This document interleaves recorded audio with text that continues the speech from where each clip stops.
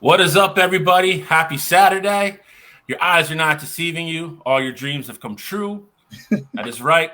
We are back. Season 2, premiere episode of the best college football show in all of the land, Coast to Coast, is back. I am your undisputed, undefeated, and reigning national champion host, Uncle Shally. You call me Bill Shawcross. We got a good show for you today. We're going to break everybody in, get everybody ready to go. We are officially under a month to go before college football starts. Best time of the year.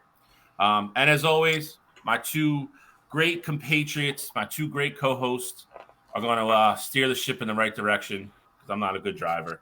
First and foremost, my Buckeye brother from another mother, the guy that is hoping he can use my intro that I just used next year, Mr. College Cottrell. How are you doing, sir? Hey man, I can't complain. I'm so excited that we are finally here. I mean, we got 4 weeks until it really kicks off here. You know, NFL preseason already being back just really puts me in that football mindset. But with that, I know that college football is right around the corner. Ohio State's already started to have some of their, training camp kind of stuff going on. So it's been fun, and I'm glad we're back. Same as me. I think everybody is. And before we get going, last but certainly not least, unless you count the number of championships this school has won, Mr. West Coast himself. He's graduated from the little baby conference to the big boy conference this year. Wow. We are proud to have him, Disrespect. Mr. Left Side, Mr. Eye Black, Mr. Alex Elmore. How are you, sir? What's up, everybody? Yeah, no, I'm glad to be here. Honestly, this is the perfect time for the show. The Olympics are going, baseball season's in full gear, and now college football and football season is on the way. This is the best time to be a sports fan, and I'm glad that we get to kind of dive in today and really get back to what we love to do, and that's talk about college football and all the different changes this season. And you're right, the Oregon Ducks are coming to the Big Ten this year, and they've already shown up to Nebraska's press conference. The Duck has, and we've already thrown an inflatable duck into Indianapolis. So this is going to be a fantastic season. A lot of shit talking on this show. Expect a couple bets between all of us this season. It's going to be fun. I'm excited, but let's get this ball rolling because I've been jonesing all week for this episode. This season for me is going to be especially fun because I think I'm the only one that actually gets to see all you guys on the schedule. We get to take care of business against Penn State while Gene's still a Penn State fan. Of course, we're going to see each other, Bill. Last game of the regular season there. And then I also get to see Ohio State travel up to Eugene and face Alex's Oregon Ducks. So this season is going to be a fun one, really one of unprecedented times, and I can't wait to see it. Yeah. So if for some reason you lived under a rock and you weren't with us last year, we're gonna go over a bunch of stuff. Like I said, we're gonna ease into it this week. We're gonna go over what's new, all the teams that have changed conferences. We're going to go over the new college football playoff format, which is very exciting. We're going to start with our previews. We're going to do the Big 12, and then on top of that, I think the cool thing is we had so much good feedback on the college football eliminator last year. It was actually one of our favorite segments as well. But last year we kind of started it and just kind of plopped all the teams in. This year it's going to be more fun because we're going to kind of pull the curtain back a little bit. We're going to build it as we go with our conference previews. So we're going to do Big 12 today. So obviously you're going to see the four of us agree, disagree, on who we're going to put in that we think has a shot to make the college football playoff at the end of the year. And we're going to do it conference by conference. So by the time we get to week 1, you will have all the teams that we think have a chance to make it. So that's going to be fun. And yeah, I mean, if you haven't figured it out yet, I'm obviously a Michigan fan. College, Cottrell is Ohio State, and Alex is Oregon. Last year, the feisty level was probably, I don't know, like a 3 to a 4. Me and Cottrell always have our underlying issues, but now with Oregon joining the Big Ten, it's going to ramp up a little bit. I think we're going to get up in the 6 and 7s this year. I think it's going to be fun. Maybe 8s, depending on how crazy Alex gets. I mean, shoot, bro. When Ohio State comes to town, I'm going to be at a 9.7. So we saw how he was last year when the Washington matchup came the first time around. So I can only imagine how to be with Ohio State. Alex getting a little unhinged sometimes when things don't go his way. Look, man, I'm pumped for the season opener against Idaho. We're going to drop another 90 burger on Idaho. So it's cool. That's the Oregon special right there. Yes, those crap teams. You got it. But all right, let's get into it. We are because we will sit here and banter all day. Big news, obviously, in the offseason was the conference realignment kind of becoming official across the land. We already knew Texas and Oklahoma were going to go to the SEC. And then kind of out of nowhere, Big Ten was like, all right, well, we have to counter, hold our beer. They go out and get Oregon, Washington, UCLA, and USC to bolster their conference. That kind of left a lot of teams in the Big 12 and the Pac-12 hanging. Obviously, with the four biggest money grossers in the Pac-12 saying "see ya," they were left in limbo big time. So we're going to go over all that right now, show you where everybody was, where they are now.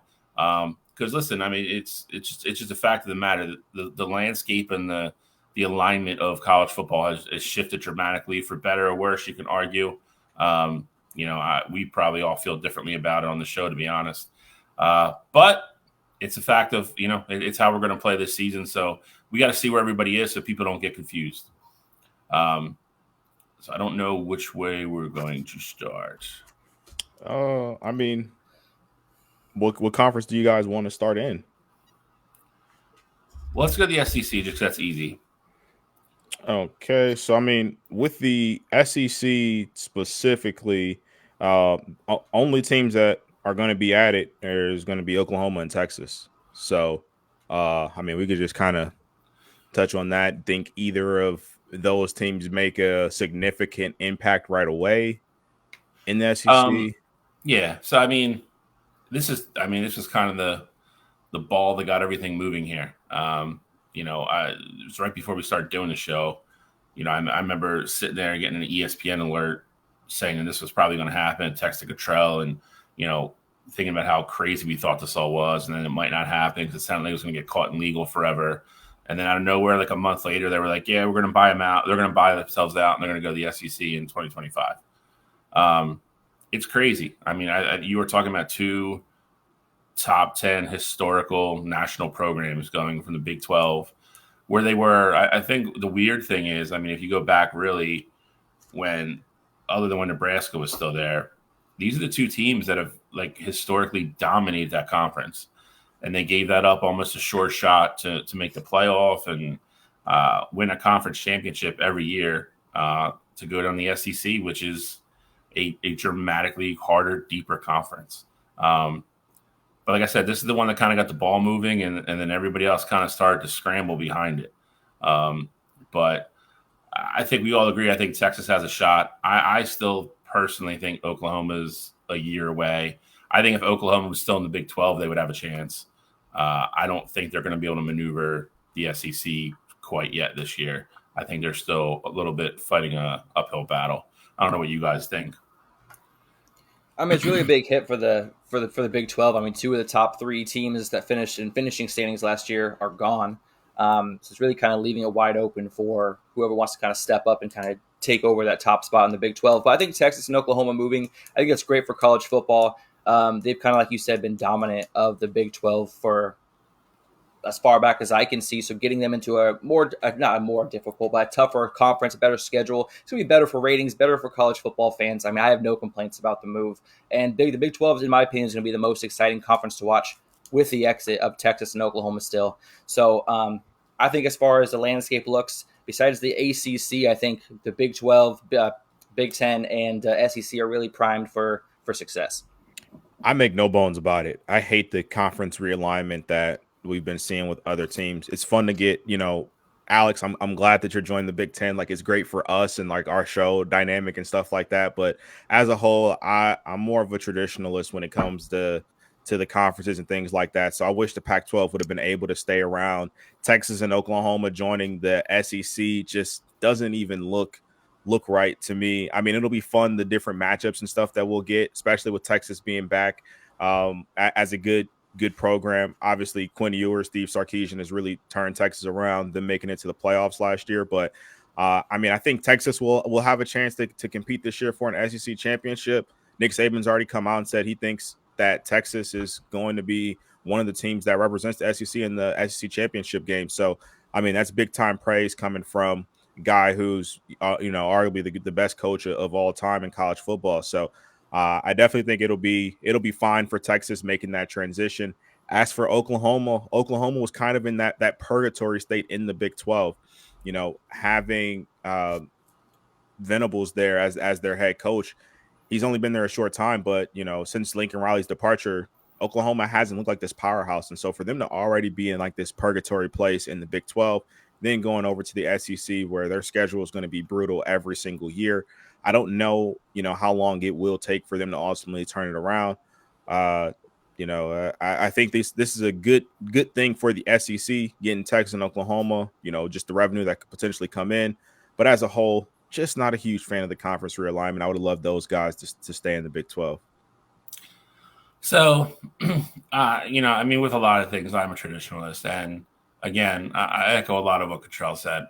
For the show, I think it's great. I think it's great that we are finally all in the same conference, all kind of fighting for the same bragging right and the same piece of the pie. But that being said, I think the Pac-12 got overlooked a lot, to definitely like the casual football fan, mainly because they're on the West Coast and like their games will start 10:30 at night a lot of times and people didn't watch them. I loved it though because I know, and I'm sure, Cottrell would feel the same way.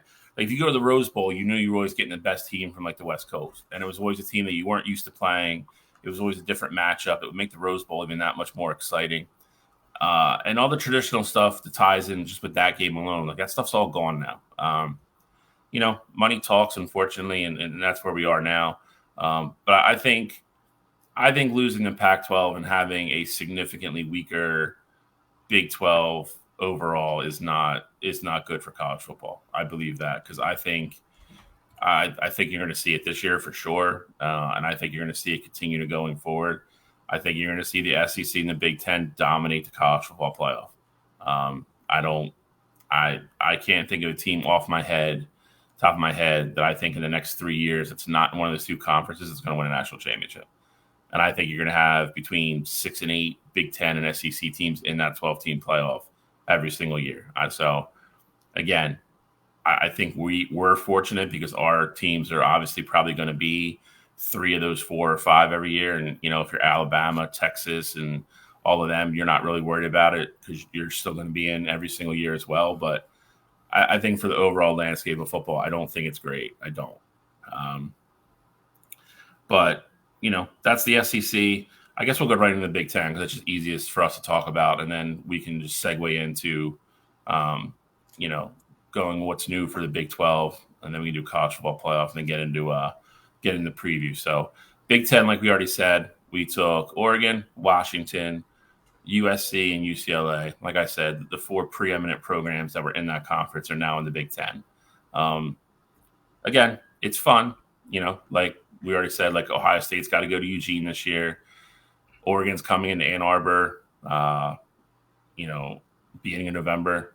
We're getting all new matchups. We got to go to Washington. We get USC. Penn State's going to start playing USC and all these different schools and stuff again. So you're getting a lot of cool new matchups. Conference got dramatically deeper and better. I mean, you're looking at a normal case now. I mean, you might have a team like Iowa or Wisconsin being like the 6th or 7th best team in your conference now. Big Ten made this move to counter what the SEC did. And if you're looking at it on paper, if you're going top 8 for top 8, like it's close. So they did what they had to do. And like I said, they made the move so that they would be in the same position to put 3 or 4 teams in the playoff every year, get that revenue, and increase their chances of winning a national championship as a conference every year. So, in regards to being reactionary and doing what you can do, what's best for the conference, I have to give them an A+. They went out and got the best 4 teams they could get. The best 4 programs from the Pac-12 are in the Big Ten now. There's no doubt about that. I know we give Alex a bunch of crap, but Oregon is absolutely a preeminent program in the country. Washington, obviously USC with the history alone there, and UCLA, they went out and got the 4 that they wanted to get. there were the 4 targets, and all 4 of them came to the Big Ten. So great job in regards to that. And Cottrell, I mean, I'm actually curious to hear what both of you have, because Cottrell has obviously been a Big Ten guy his whole life, like me. And now Alex is in the Big Ten. So I'll let Cottrell go first on this one. Changing landscape, what do you think? And then Alex, obviously, what are the Oregon fans thinking about, kind of switching to a huge conference and, not to bust your balls, but just a better conference?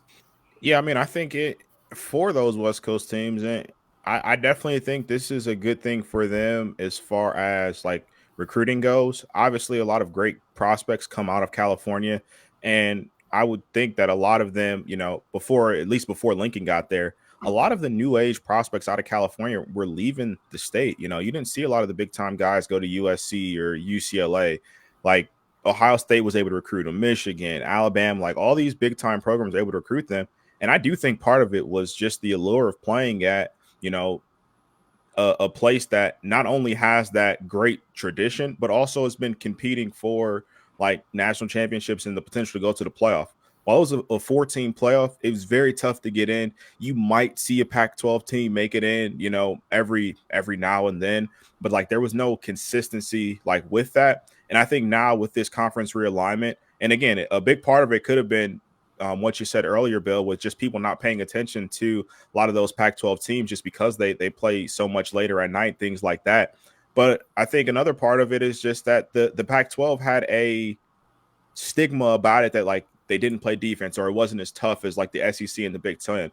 Well, I think that's true. Like you also still had a lot of great teams over there in that Pac-12. So I think with all these teams moving over to the Big Ten, one, they're going to definitely get more exposure. Being able to, see USC play a Penn State at, 1 or it'll be noon, like a noon kickoff if they're over on the East Coast, things like that. That's going to be great for their program, great for recruiting, things like that. And again, just based on where we're at right now with the landscape of college football, it's also great for the Big Ten in a sense because, like, for example, last year we all, talked about how light Michigan's non-conference schedule was at the beginning of the year. This year, Ohio State has an absolutely cupcake non-conference schedule as well. But with that being said, once we start getting into conference play, you're going to have a big-time matchup in the conference damn near every single week. So while I'm not a big fan of where the conference realignment went, again, I think as college football fans, we do get a treat in a sense of, seeing Oregon play Michigan and Oregon play Ohio State. And this isn't the playoff times. Like, we're not in December. This isn't, outside of like bragging rights from our show, stuff like that, like the games are going to be important, but they're not going to have like that super crazy impact in terms of like winning a championship. That's cool that we're going to see those matchups in like in October or November, things like that. So definitely give credit to the Big Ten for what they did, bringing in who they could from the Pac-12. Yeah, the Pac-12, I've been a fan of Oregon Ducks since the 1990s. So I remember the Pac-10 days, and then when they added Utah, Colorado, I wasn't a huge fan of that move. And over a couple of years, I kind of got used to the idea of having them in the conference. And they said they really didn't make a splash until the last few years, where Utah was able to win back-to-back Pac-12 championships. But up until then, they really were just 2 wins on the schedule for most Pac-12 teams. Now with NIL and the landscape, like you guys have saying, kind of changing. I went on the Pac-12 website last week just to reminisce about the good times, and there's just a bunch of Oregon State and Washington State info and highlights. So only advertising the 2 teams, obviously. So it'll be interesting to see what the future looks like for those 2 squads. To see, obviously, this year they're playing a Midwestern Conference schedule. Mountain West Conference schedule, those 2 teams. So next year it'll be nice to see what happens to get those guys into hopefully an actual conference. Like I said, the Oregon going to the Big Ten, it feels like we've been relegated to the Champions League. It feels like we've finally stepped up to the competition and the level that we deserve to be at. And not to mention, like, we've been one of the premier recruiting schools on the West Coast. And now that we've essentially opened up our pipeline to the entire country via that we're traveling from one coast to the next practically every other week. This is going to speak volumes for recruiting and for the university itself, and really all four Pac-12 schools that went to the Big Ten are going to benefit from this, whether it's UCLA, USC, Washington, or the Ducks. I think this is a great move for all the schools as far as exposure and as far as really experience for the players. I think we're going to also see better players coming out of the Pac-12 schools going to the NFL because of this move, because they're going to see more physical defense, different play styles. I think we're going to get better NFL players out of this as well. So I'm totally happy with this. Obviously, I'll dive into SEC and stuff when we get to that. But as far as the Big 12 move, Colorado and Utah going back to where they belong in the Big 12, it just feels right them being with that group.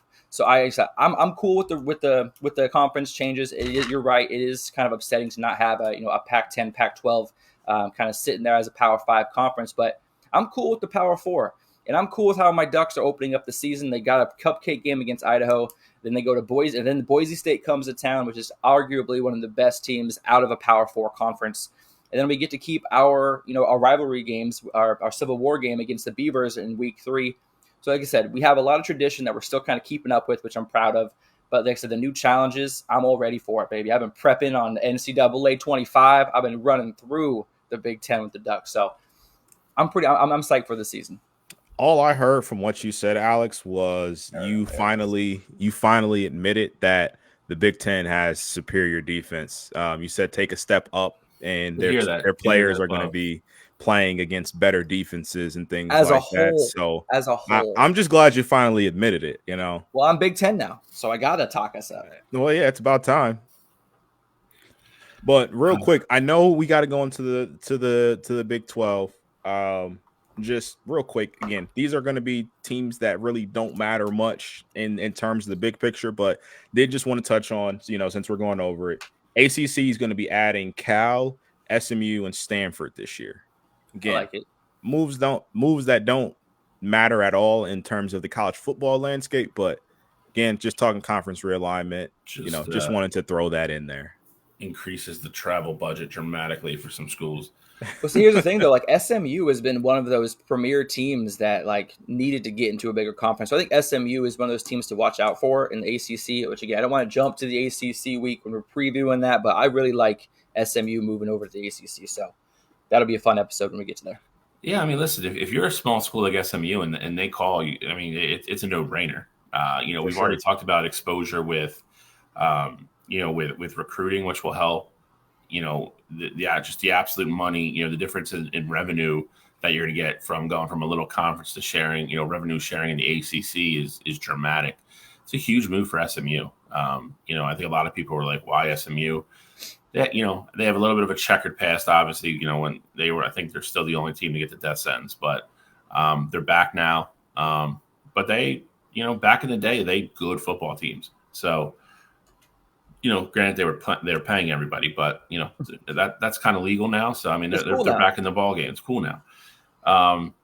But no brainer for them. Cal and Stanford. It was like watching the worst game of the most depressing game of musical chairs ever. And then it just became like they were like the Will Smith, the Will Smith from the episode when he's in the room with nobody around, like where is everybody? And they joined the ACC. So good for them. Like I said, I mean, if you're in the ACC now, you got to fly all the way to the West Coast for one game against a team you're probably going to beat by 30. Kind of sucks, but at the same time, again, if you're Clemson, Florida State, whoever, you're getting introduced to California now. So. It's not a total wash or a total bad thing. So, but let's get into the Big 12 because like we've already mentioned and touched on a little bit, a lot of big changes here. So let's get everybody up to speed. I know Cottrell made a graphic, so here we go. Cincinnati, who's only been a member, for 2 years, I think. A year. Kansas State's been there forever. Iowa State, West Virginia has been there for. It's been a little while. A little bit, yeah. Baylor's an all-timer. UCF's only been there a couple years. Houston just joined a couple years ago. TCU is an original member. Oklahoma State. BYU's only been there a couple years. Texas Tech's been there forever. Kansas been there forever. So just going off 2023 members, there's 4 to 5 teams in there that have only been part of the conference for under 5 years. Now, on top of that, we're adding Arizona. Colorado's coming back. Utah's coming back. And they're adding Arizona State. So a lot going on here, a lot to unpack. We can get right into it. It feels right, though, Bill, if I can interrupt for a second. Like, those 4 teams feel like they fit with the Big 12 monster. Like, it just geographically, I mean, this conference is probably this conference that makes the most sense. Yeah, so, I mean, to your point, I think you mentioned it earlier, Colorado and Utah going back, I feel like that was a no-brainer for both those schools. Again, I agree with you. I think they both fit, without a problem. Arizona and Arizona State, I agree as well. They're both close. They're both geographically. They make sense. And I don't think it would have made sense for them to go to the SEC or the Big Ten. So other than like UCF and West Virginia, like this conference is, geographically pretty tightly packed. So Colorado, I think it's a good move for them because I think they have the potential to kind of become the lead dog there, which is what Dion wants.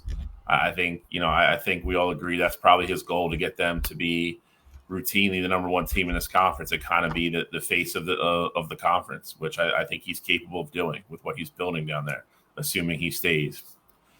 Utah, if you're a Utah fan, I think you have to be happier than a pig in shit. I think they have the ability to kind of, as much as Colorado's going to get the publicity, I think Utah is the program in the best shape to kind of come in here and be the most successful the first couple of years. Kyle Whittingham's a great coach. He's a great recruiter. I think this is a great opportunity for Utah. Arizona State, again, they're going to kind of be in a rebuild again. And then Arizona's got a bunch of really good players this year. Be curious to see, when we get into our preview where we all have them. But for all 4 of those teams, I think it's a great opportunity. I think Arizona State had to make the decision just to stay in the conference because they are a big school. But Colorado and Utah, I think, have the most upside out of the new members. And, regardless of losing Texas and Oklahoma to retain everybody else, I think the Big 12, overall for the hand they were dealt, I think the Big 12 did a great job. I'll say that. For the situation they got put in and the circumstances that were surrounding and the decisions they had to make to get Colorado and Utah back, add both Arizona schools, I think the leaders of the Big 12 did the best job they possibly could. And I mean, yeah, I definitely agree with that. And I get it. This is the Big 12 show. We got to kind of talk them up a bit. But I'll bring us back down here, just back down a little bit here. The reality of the situation is the Big 12, as currently constructed, they are going to have 1 team that represents them in the college football playoff. That's the reality of it. I don't think, I guess we'll see a breakdown. You guys may disagree with me there, but I mean, I think just looking at this group of teams here, I think it's pretty cut and dry that you're going to have 1 team represent the Big 12 when it's all said and done. While I think that the Big 12 did a good job of ultimately bringing in who they could, you talk about the fit. I think all these teams definitely make sense here.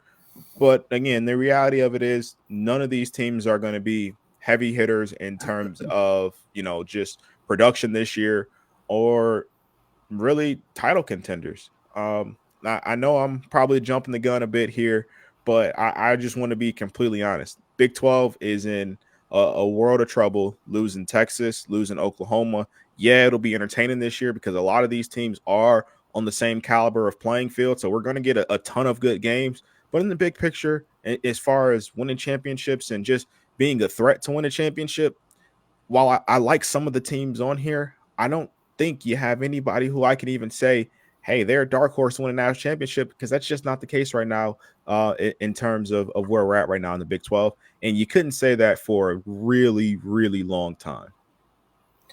Yeah. I mean, for me, I think, for me to think of a team as a national championship contender, I think 10 wins is that mark you want to set as a coach. Is that gets this team to 10 wins that almost guarantees you, if you're in a Power Four, that you're getting to the national championship college football playoff.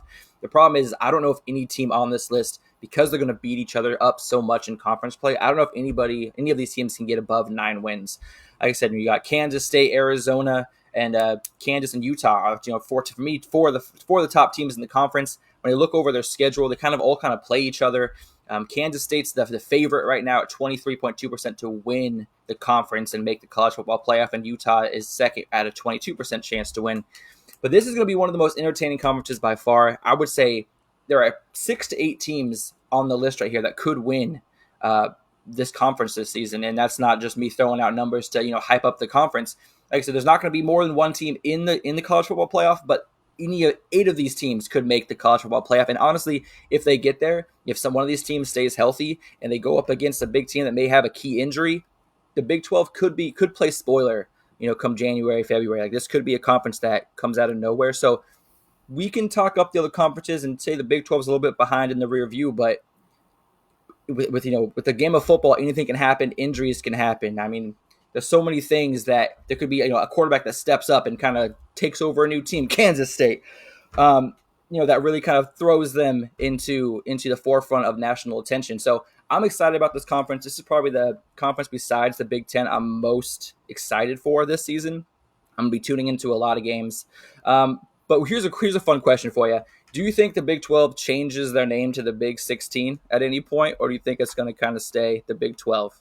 They're going to be the Big 12. They're going to be the Big 12. I'll be honest with you, dude. I was shocked. I mean, Big 10 we have 16 now? Something like that? Yeah, something like that. I was shocked when the Pac-10 changed their name to the Pac-12. I never would have done that either. So just the branding alone, the Big 10 will always be the Big 10. I don't think the Big 12 is ever going to change theirs either. It's such a hit just in the brand and stuff like that. It's silly to do it. Well, you got to remember that Pac-10 was once the Pac-8 also. So they've changed their name twice in the history of that conference. And now they're gone. Lessons to be learned. If it ain't broke, don't fix it. I got you. If you're weak with naming rights, you're going to collapse as a conference. The problem is, though, is with these naming rights, we talked about it before, just in general. Money talks.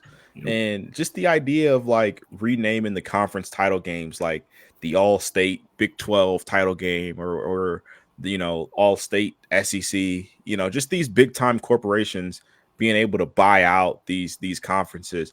I absolutely hate that as well. I'm the big traditionalist when it comes to college football. Keep things the same. Nothing's broken.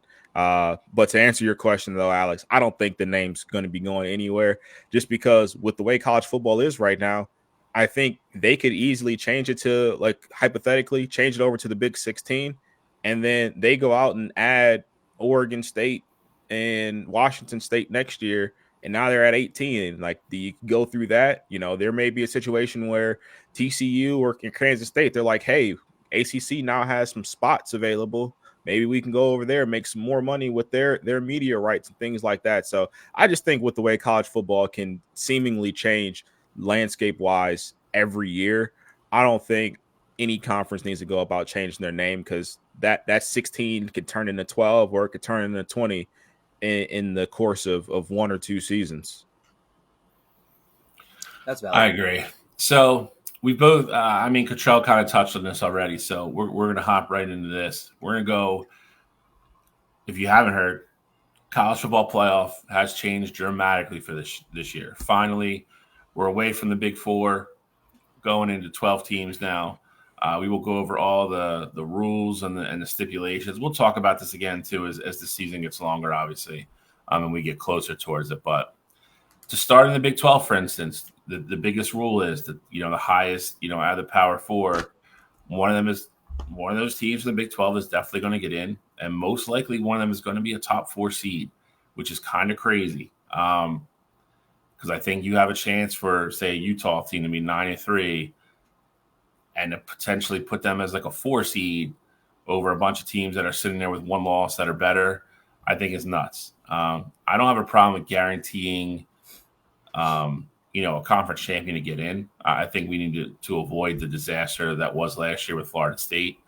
But that being said, I think guaranteeing these teams top 4 seeds, I didn't agree with that. I literally just wanted, hey, Big 10 is guaranteed to get one in. SEC, you take the conference champions, but you rank them how you rank them, in the top 12 and then start it from there. I think being guaranteed automatic buys and all that stuff, again, I think it was just a lot of people from the Big Ten and the SEC behind the scenes guaranteeing that like 2 or 3 of their teams are going to make the quarterfinals no matter what. And will it probably ever be a huge issue, in my opinion? Probably not, because you're probably talking about, some combination of Ohio State, Michigan, Oregon, Penn State, Georgia, Texas, Alabama, or like LSU, somebody like that getting a bye. So the odds of it like really becoming like a glaring issue out of those two conferences is probably slim and none. But if you take a 9-3 Utah team, should they be automatically in the second round if, Oregon is 11-1 and they're the 5 seed? I don't know. I don't know how that looks. I personally don't agree with that. Again, we're going to have to wait to see how it plays out. But, let's go over the rules. I have all the big ones written down. I don't know how you guys want to do this. Well, that's one of the reasons why I wouldn't have left the Big 12. Like, with Texas going to the SEC, who went first? Was it Texas or Oklahoma went to the SEC first? I thought it was like the same time. Okay. Yeah. See, for me, like if I'm Oklahoma or I'm Texas, or actually more Oklahoma side of things, because Texas has kind of proven that they're the cream of the crop of the Big 12 last year. But if I'm Oklahoma, I'm thinking to myself, Texas is leaving. This conference is ours. We're getting in the college football playoff every damn year with our recruiting and our name. The Oklahoma Sooners are the Big 12 through and through. Texas leaves, it's our conference. Like, so for me, like you guys talk about money talks. I'm sorry, but do you get more money by going to the SEC, or do you get more money by making the college football playoff? Do you want me to answer that for you? I know you know the answer, so yes. So this is because this is what happened. So in regards to media rights and branding and everything else, Texas was the biggest dog in Big 12 by a mile. A mile. They're one of the biggest brands in the country. The SEC television deal is worth way more money than the Big 12 TV deal. So the revenue sharing alone that they're going to get, is going to negate anything they would have got in regards to adding up wins in the college football playoff. Money-wise and everything else and exposure and everything else, it made financial sense to go to the SEC. And I think they're still hoping that, hey, I don't think anybody at Oklahoma is like, all right, we're going to win the SEC every other year like we used to in the Big 12. But if they're the 8th or 9th seed every year and they're getting into the college football playoff or the 10th seed, whatever, but they're still getting in, and then on top of that, they're getting SEC money now, and they're getting more money when certain teams are coming to town. Financially, they're going to always be ahead going to the SEC. I agree with you for my program, and you also have to realize this too.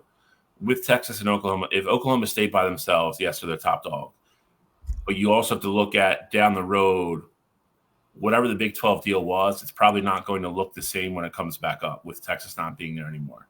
So you're whatever money you were guaranteed, I don't know when their rights are up, but say if it's 4 years from now, when they redo that deal 4 years from now, those teams aren't going to get the same amount of money that they're getting now. So that was all part of the buyout situation. So unfortunately, like I said, as soon as it started to become a thing, I'm sure somebody sat down in a room and started counting beans and was like, we're going to make way more money if we go to the SEC. And that's what they did. And to be honest, as great as the SEC is, like, I'm not going to downplay anything. I think this is really the time that you would want to join them. Now, obviously, when Oklahoma made their decision, they didn't know that Nick Saban was going to be on his way out. But with Nick Saban no longer being in that conference, Florida being as big as a program as they are, being down as much as they have in the past few years, you really just have Georgia as like that perennial powerhouse. And Brian Kelly at LSU, he's been consistent in terms of, having that team win 9 to 10 games and having good players on it. But, I mean, no one's afraid to play LSU at this point, in the landscape of college football. So I think Oklahoma made a good decision ultimately moving over to the SEC at this time. I think, with Brent Venables there, he had the defensive mindset, I think, to be able to hang with the powerhouses of that conference. To me, I think it's just about getting the horses in the stable. He's got to find a way to recruit and get some of the best players in the country to come to Oklahoma again. When Lincoln Riley was there, he was able to do that. Caleb Williams was a 5-star kid, number 1 quarterback in the country out of California, and he was able ultimately to recruit him to come play in Norman and be at Oklahoma.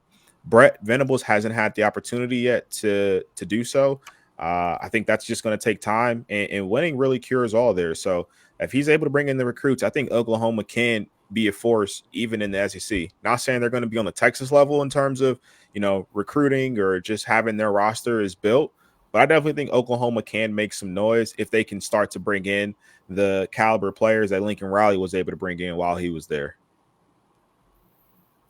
I agree with that. I think, if anything, I think it would have allowed Oklahoma. If Oklahoma would have stayed, it would allow them to, again, probably add a couple conference championships to a resume.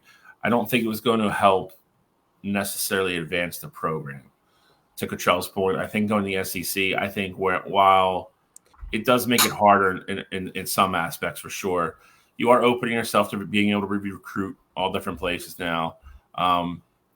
And if you can be competitive down there, it makes it easier to get kids on campus. So I don't see how Oklahoma would have stayed in the Big 12 and probably survived at the level that they want to be at. And then Cottrell brought up other good points. I mean, I think we all know I think we all know Alabama is going to be really good, but we still need to see what Kellen DeBoer does there. Kirby's kind of the only really sure thing in the SEC right now. I think that's a great point from Cottrell. Brian Kelly's never won a big game in his life at LSU. Texas A&M has a new coach now, and Florida's been down since Billy Napier got there, which I think surprises everybody. So, if you were ever going to jump in feet first and take the plunge, I do agree with Cottrell. I think this is the best time to go. So, but let's get through this playoff and talk about it, what we think about it, what we would tweak. So obviously 12 teams make it now. 4 highest ranked conference champions get top seeds and a first round bye, which I've already touched on. I don't like, but that's just me. This is the most exciting part of it for me. First round matchups are held on the higher seeds campus, which I think is the best part of this. Having potentially a Southern school having to go to Oregon or Ohio State or Michigan in December is not going to be fun. They can say what you want, but a lot of these kids choose South schools because that's where they're from. They don't want to play in the cold. They want to, even if it's in November and you're down in Alabama, it's still 65 degrees. November in Columbus or Ann Arbor is probably 30 and snowing. They are drastically different, environments. Next big thing, Notre Dame cannot be a top 4 seed, which I love. Screw Notre Dame. I'm always here for that. Yeah, join a conference, jackasses. Yeah, I mean, Big Ten's only asked them, 30 times, and they keep saying no. So now you're screwed. Highest rated non-Power 5 team guaranteed a spot in the playoff. Love that. This I found interesting when I read into it a little bit last night. I hadn't really heard this on TV too much, but it's interesting that they're doing it this way because in the past, they've never come out and said that they do, but we've always kind of felt that they do, like they do it behind the scenes. No modifications or changes in the rankings will be made to avoid rematches within the conference. I think that's huge. Like I said, I think we feel sometimes, certain times when we've gotten out of the Final Four, that if 2 teams were in there from the same conference, they do everything they can to justify it or move it around so they don't play each other in the first round. It is part of the operating rules for the new committee that they're not to do that. So if Ohio State and Oregon are paired and that's the way the rankings fall, then that's who's going to play each other in the first round. And the last big thing is, which we already know, no limit in how many teams from any one conference can qualify. It's all based on the rankings. So I think it's going to be interesting. I'm really curious to see how it all plays out this first year, how close it gets at the bottom. Because again, you could have a team that in the rankings, in the polls could be 23, 28. No, 28. 28. That's funny. 23. Yeah. Top 23. 25 rankings. Yeah. It's like a race. 28. 31.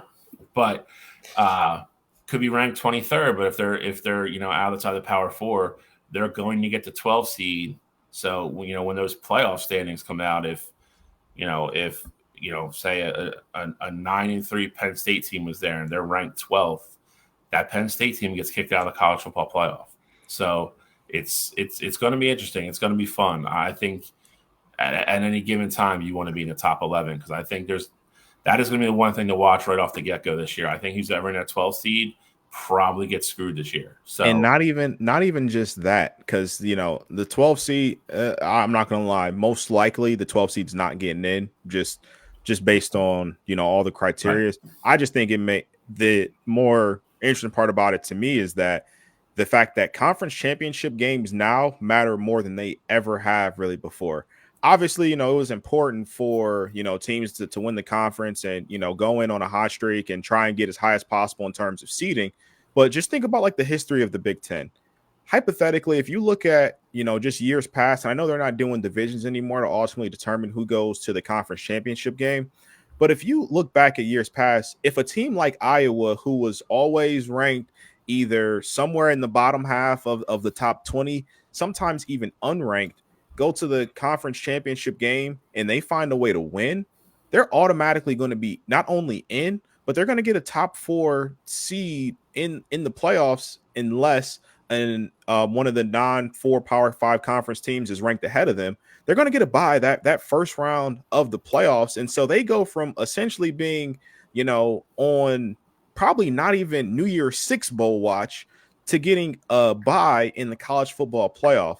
And so then that'll drop a school like Ohio State or Michigan, just using that example still, that would drop them from being, a 3 seed down to like maybe 7, 8, where they still get into the playoff. But those teams that were on the outside looking in, they're not even going to have a chance anymore. I think you may see absolute chaos in some situations where teams that are ranked at like 10 don't get in just because of the non-Power 5 schools, but also just accounting for upsets in the conference championship games. Just look at, 2 years ago, USC was the number 4 seed in the entire country. If they had won the game, they would have gotten to the playoff. They lost the Pac-12 championship to Utah, and Ohio State ultimately snuck in, got from 5, didn't play in their conference championship game, got into the playoff or whatever. In that scenario, USC would still get in. Utah would have came out of nowhere, stole a playoff spot. So that's already going to be 2 spots taken from, some of these other schools. So I love that aspect of it. I love how these conference championship games really matter. And I like how basically in college football now, you're never really out of it until you are completely out of it at this point. I do agree with you. I think every game matters.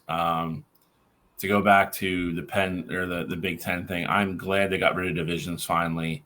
Again, not to horns or anything like that, but I would say for the last 6 or 7 years, the 2 best teams in that conference have always been from the East Division, and one of them gets left out. The team who wins the East Division goes to the championship game, which beats the brakes off somebody from the West, and it's taken a lot of luster off the Big Ten championship game. You're not going to have that this year, which is great. So, if end of the year Ohio State and Oregon both have 1 loss, there's no West Division. They'll play again in the Big Ten championship game, which is the way it should be. But yeah, I mean, it is more critical than ever than to try to make your championship game and win it. Not only are you like you said, not only are you guaranteed a top 4 seed, you're also getting a coveted week off. Which is going to be huge for these kids. You got to remember, most of these kids are not used to playing more than 10 or 11 games in a year. If you make it all the way to the end, you're playing 15. That was last year's model. This year, it's going to be 17 possibly, depending on where you fall, where you fall in the rankings. Like Notre Dame, for instance, can't play in a conference championship game. So at the end of their schedule, they will get a bye week going into the playoffs. But then they have to win 4 straight games to win a national championship. So they're still going to play 16 or 17 games. It's a lot of football for these kids. The season has gotten dramatically longer now. You're going to go regular season, conference championship games, and then the week after that starts the playoffs. There's no off week. So, if you're a team that's not going to be in the top 4, you're going to play a lot of football. a lot of football, and on that bye week will become highly coveted. If you're a Big Ten winner, an SEC winner, to be able to go home back to campus after winning your conference championship, say, hey, you guys have a week off, like heal up, and we're just going to start game planning. That's going to be a huge break for those top 4 seeds. So I think it becomes super important. And I also think you're going to see a lot of teams, not the teams ever give weeks away, but we've seen it before where you go to the last week of the season, like in Iowa, who's like, all right, well, we can't improve. We're going to the Big Ten championship game. We'll rest a lot of people. They can't afford to do that anymore. I'm not saying it's Iowa, but whoever it is, because you still don't want the chance of getting that extra loss. Because if you go to the conference championship and lose, instead of having 2 losses, now you have 4. Now you might not make it at all. So I think it definitely ramps up the intensity for everybody. Alex, I know you're jumping to get in here, so I'll let you talk. But no, man. I mean, this 12-team playoff, it's going to be exciting. It's just, for me, the question is, I know it's going to work out just the way I want it. The Ducks be winning their first national championship. But my big question is, I mean, obviously we went from the BCS, right? Everyone had complaints about the BCS. They couldn't get it right. The computer's algorithm was off. Then they went to the 4-team. Again, more complaints. Oh, the 5-team got gypped. Then they went to the 12-team. My big thing is, what's the big complaint going to be? Because I feel like no matter what college football does to kind of make it better for the fans and more opportunities for these teams, there always seems to be the complaint. So what do you guys think is going to be the top complaint regarding this 12-team playoffs? For me, I think it's easy. It's going to be that team that is ranked 10 through 12. That's probably a perennial powerhouse, whether it be a team like LSU or Texas A&M or one year it's going to be probably one of us. We're going to be down there 10, 11, 12 range. There's going to be an upset that happens. Someone's going to win the Big 12 that has no business winning it in a year that another team is really good. Hypothetically, because we're doing the Big 12 preview this year, I'll just use these 2 teams as an example. You got Kansas State that is, a lot of people think that they're going to be the favorites to win the Big 12 this year. If they go out and go, let's say, regular season wise, they go 11-1, they go to the Big 12 championship game and lose to a team like Utah that probably is ranked, but they're like 24, 25, like somewhere in that range. Utah wins the Big 12, and now the Big 12 is getting 2 teams in because Kansas State's had an incredible season so far, and they're not going to drop any lower than 12. But you get this team like Utah that's come out of nowhere that's already lost to, let's say, again, for just this argument's sake, they've already lost to non-conference wise to a team like LSU or A&M that are those teams that are sitting anywhere from 10 to 12, and then they don't get in. And it's like, hey, we know for sure that these teams are better than where Utah was, but because they play in this weaker conference and they were able to win it, they get a guaranteed spot in the playoff and we don't. I think that's really where people's gripes are going to be. And then you're going to start having people want to go to 16. And then, I think ultimately, I think 16 is ultimately going to be where it ends. But I think that's where the gripe's going to be. You're going to have teams that feel like other teams got in because they play in a weaker conference, especially if you get an upset in the ACC or the Big 12 where a team really comes out of nowhere that wasn't in that championship picture, but ultimately not only gets in, but they get that first round bye in the playoff as well. Who doesn't love a Cinderella story, man, though? That's exciting. There's a lot of people already out there that wanted to go to 16. Problem with that is you're now asking kids, depending on how your situation falls, to play 18 games now. NFL doesn't even do that yet. And you are literally then advancing the college football season from the beginning of September damn near probably to the Super Bowl. You're going to go to the end of January at that point. It's a lot to ask for the kids. I don't know if that'll ever get approved. The easy thing is to cut one non-conference game or cut one conference game. One regular season game gets cut. That's the one proposal didn't even have that. The one proposal that got pushed pretty far was still play, your normal schedule. A lot of it was going to be cut out conference championship games, which is ultimately, I think, what killed it, because they would just say, like, hey, like if you're Ohio State and you're 12-0 and Michigan's 11-1 or Oregon's 11-1, whatever, then Ohio State would just be deemed Big Ten champs. And a lot of people were like, we're not doing that. So I think we're already on a fast track of getting rid of non-conference because it's becoming more meaningless. You know, you saw, not to pick on you guys, but you saw Ohio State's schedule this year with how bad losses can affect you now. And with these conferences getting so much better and deeper, you're playing more ranked opponents every year. There's no reason to schedule anybody that's a big premier program non-conference and risk that loss. Granted, if you get the win, it's a huge boost for you, but the risk isn't worth the reward to take the loss and have like week 2 be like, damn, we have one loss already. We almost have to run the table now. Like, you don't want to put your program in that situation. You just don't. It's just stupid. Like I honest to God really thought for a long time that we play Texas this year home, Texas next year away. I really thought for a while they were going to back out of it. Both teams were just be like, it's stupid, it's pointless. We're both going into really high pressure situations. Like, it's not worth the loss, but they're going to play it. But I think you're going to see less and less and less of that because I just don't think it's worth the risk. I really don't. It's easier to play 3 cupcakes, get your kids the reps, get them the looks, get them up to game speed, and then get ready for conference because that's what's going to matter.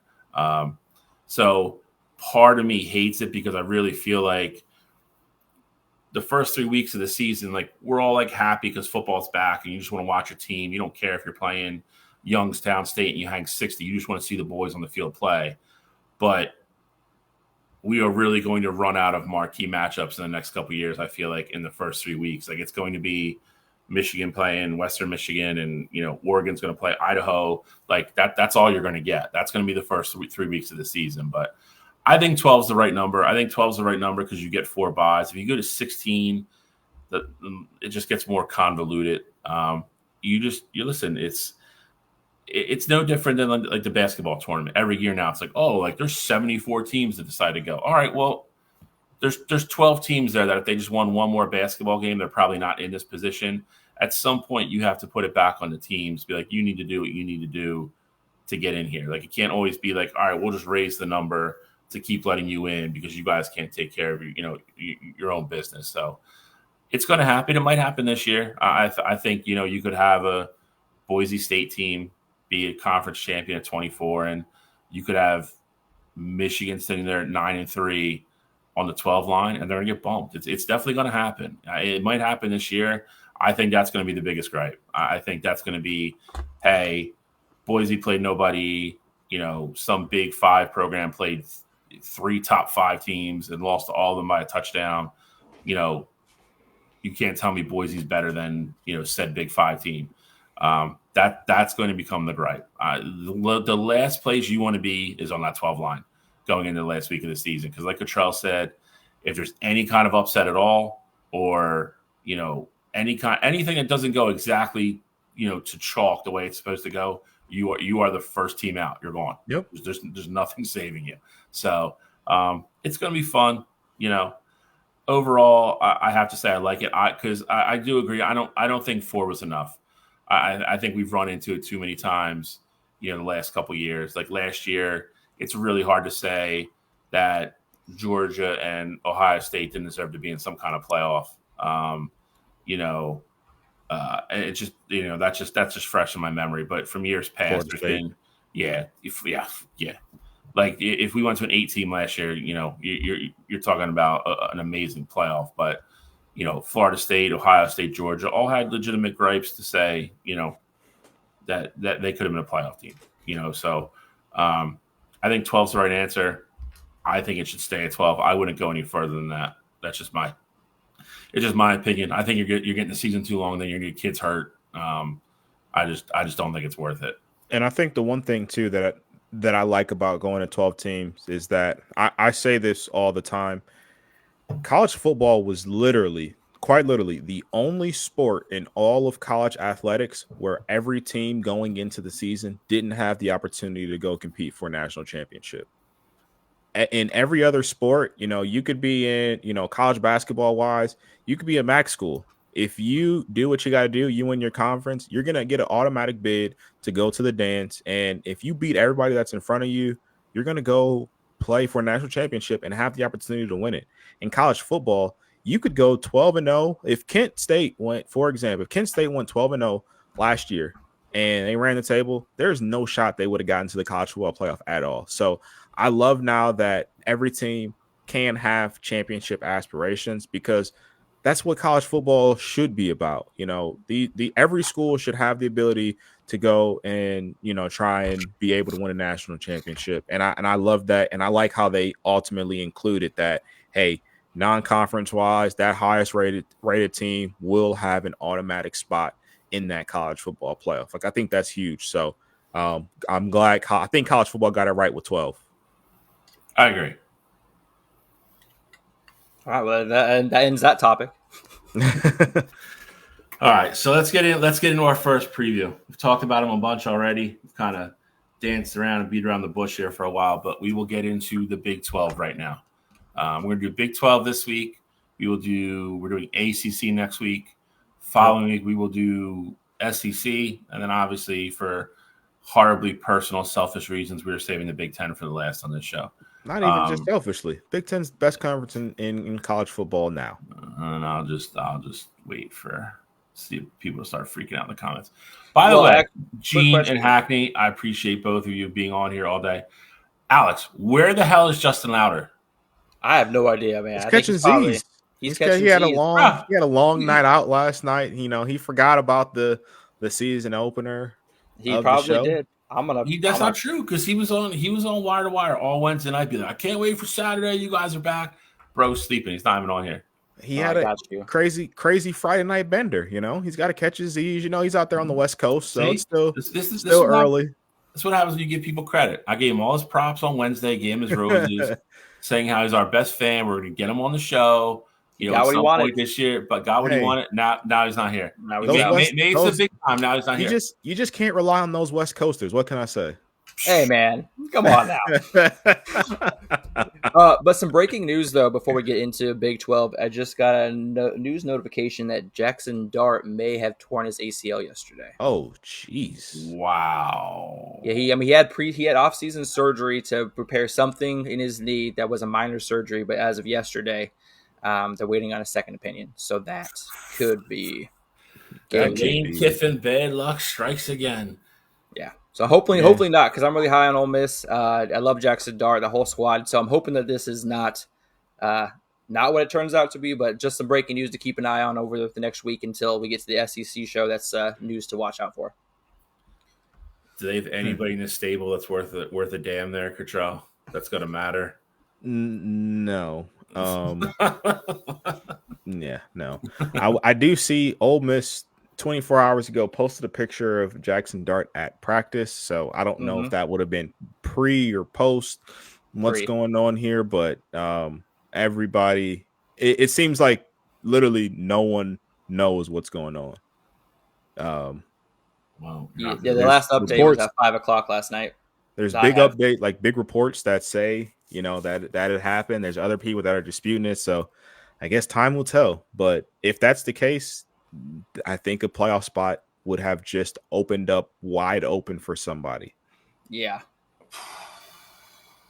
That is, again, we're kind of having fun with it, but at the same time, maybe, that kid's kind of gone there and kind of turned his career around. So I hope for him.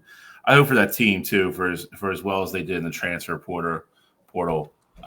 There's a lot of high hopes for Ole Miss this year. So hopefully that's not true, but I hope so too. We will see.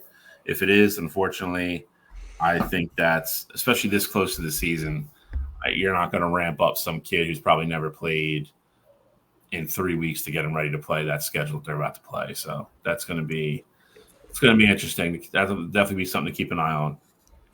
All right, but no more interruptions. Let's get to the Big 12. I'm ready for the Big 12. I don't know how we're about to do this because I got my notes for my teams that I like here. I got some sleepers. I got, of course, I know we're going to do our championship preview, stuff like that. So however you guys want to do it, I'm ready to rock and roll.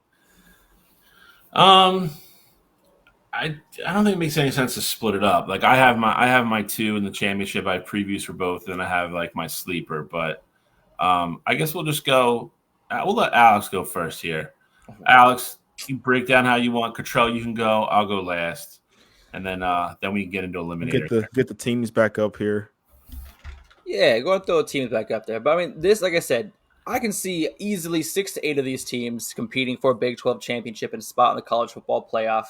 Obviously, the front runners are going to be Kansas State, Arizona, Kansas, and Utah, and of course Oklahoma State as well are probably going to be the obvious favorites. Oklahoma State having a 10-win season last year in the Big 12 championship game, lost to Texas, but they have a lot of returning stars coming back at Oklahoma State, which is a team that I really liked. I really like obviously Alan Bowman.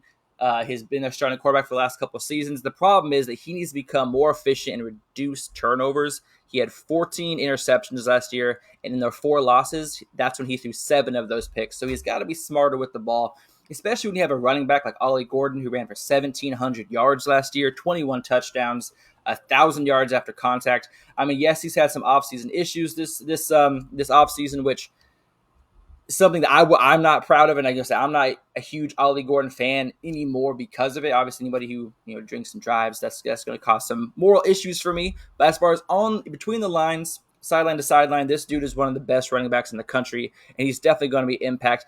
But they got to improve on their offensive line. Their offensive line last year was giving up sacks left and right.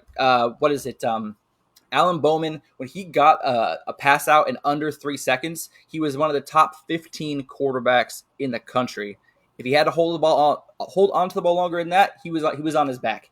So this team needs to improve on the offensive front. But Oklahoma State, I think, is one of those teams that could really make the push, for the college football playoff and getting to that Big 12 title game. And it really all goes behind Ollie Gordon. And if Ollie Gordon can't pick it up, they got a great receiver in Brendan Presley. He's 5'8", 170 pounds. But in their losses last year, he only averaged 3.5 catches per game, where in their wins, he was averaging 8 catches per game. So really, if Ollie Gordon and Brendan Presley can go this season, Oklahoma State's going to be something to really watch out for in that Big 12. So Oklahoma State's kind of one of those teams that I'm going to be, really high on this season as far as making that Big 12 title game.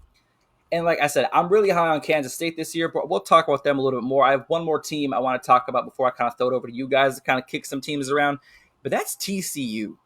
All right, I mean, like I said, last season they finished up 5-7. They're estimated to win, or they're projected to win 7.1 games this year, and I think that's extremely low. I think you got to hit the over on the TCU wins this season. Like I said, 2 years removed from the college football playoff championship game. Quarterback Josh Hoover, he only started 6 games last year, the last 6 games of the season, and he threw for 2,200 yards and 15 touchdowns, including 300 yards in his last 4 games of the season, and had a 4-touchdown game against Oklahoma. All right, here's the best thing about him that people probably don't know, is he trains with the same private quarterback coach as Quinn Ewers and Patrick Mahomes. So this dude's got someone helping him in with his pocket presence, his arm strength, and his decision-making. The same guy that's helping Quinn Ewers, who we just mentioned as being one of the top quarterbacks in the country, and obviously Patrick Mahomes, we all know what he can do. So the same guy that works with those two guys is working with Josh Hoover, and I think that's going to the writing on the wall for TCU is that they're going to be back to success. And also, you got to look out for number 1 wide receiver Savion Williams. He only had 573 yards last year, but showed what he could do against Texas when he had 11 catches for 164 yards. So you got to be keeping an eye out for that. And then, of course, you got a second pass catcher coming out of Boise State. Patch catcher. That's pretty good. I want to make a shirt that says that. Coming out of Boise State, you got a transfer, Eric McAllister. He had 47 catches, 873 yards last season, 3 games over 140 yards. That's another big target for Josh Hoover. I think TCU is going to be that dark horse team that I think might sneak into the college football playoff this season. And then I'll just piggyback right off of you, because I do like Kansas State that you mentioned, of course, not as high on TCU, but I definitely like what you said about them. I got 3 teams that I'm really thinking about as potential sleepers here within this Big 12, and the first one being Cincinnati. Cincinnati was absolutely horrible in their first year in the Big 12. They only got one win all of last year, but I think they're in a situation where, 1, I think their schedule is a lot more favorable this year. Number 2, they did a good job in the transfer portal. They got Brendan Sorsby from Indiana, who's going to be most likely their starting quarterback there. I think he's going to make an impact with them. And then also they got Evan Pryor from Ohio State, who was really buried on our depth chart, but I had always been a really big fan of him, just watching him in spring games and watching him in high school. I think he gets to make an instant impact for that Cincinnati team. And ultimately for Cincinnati as well, they got 25 players out of the transfer portal. So I really think this year will be different for them. And, I think Cincinnati could be a team that could potentially win 8-9 games and, really be in the thick of it towards the end of the year and potentially go make some noise and potentially go to the Big 12 championship game. I think Cincinnati can be an 8-win team this upcoming year just with where their schedule is. I'm going to jump out this window right now. I feel the first show wager approaching rapidly here. Wow. Go look at Cincinnati's schedule. I looked at Cincinnati's schedule, bro. I'm taking the under as well, Bill. I'm backing you, dude. They have two first-year defensive coordinators. Not one. They got two guys, man, the defensive coordinator position in their first year. They got 25 players from the transfer portal, but guess what? They lost 30, so they still are -5 as far as game. They lost 30 players from a 1-win team. I mean, I'm okay with that. As soon as he said so-and-so transfer from Ohio State, you knew exactly where this was going. No, you're right. No. I mean, that's the reality of it. But quarterback's going to be the most important position there. And I think Brendan Sorsby he's going to come in, make an instant difference. Not to mention their head coach, again, first year at Cincinnati, there was definitely a curve there. But he had all the success in the world from Appalachian State. I think 8. You're going to be closer to 8. 100%. I think Cincinnati is going to be bowl eligible. And I think week 10, week 11, we're going to be talking about Cincinnati as a team that could potentially sneak into the Big 12 championship game. I'm high on Cincinnati this year. I'm high on Cincinnati. They're projected to have 5.1 wins this season. The only thing you said that I agree with. That's why dark horse. Sorsby is the only one that I agree. No, but they're not even dark horse worthy. And what's important about these conferences, especially a conference like the Big 12, quarterback play.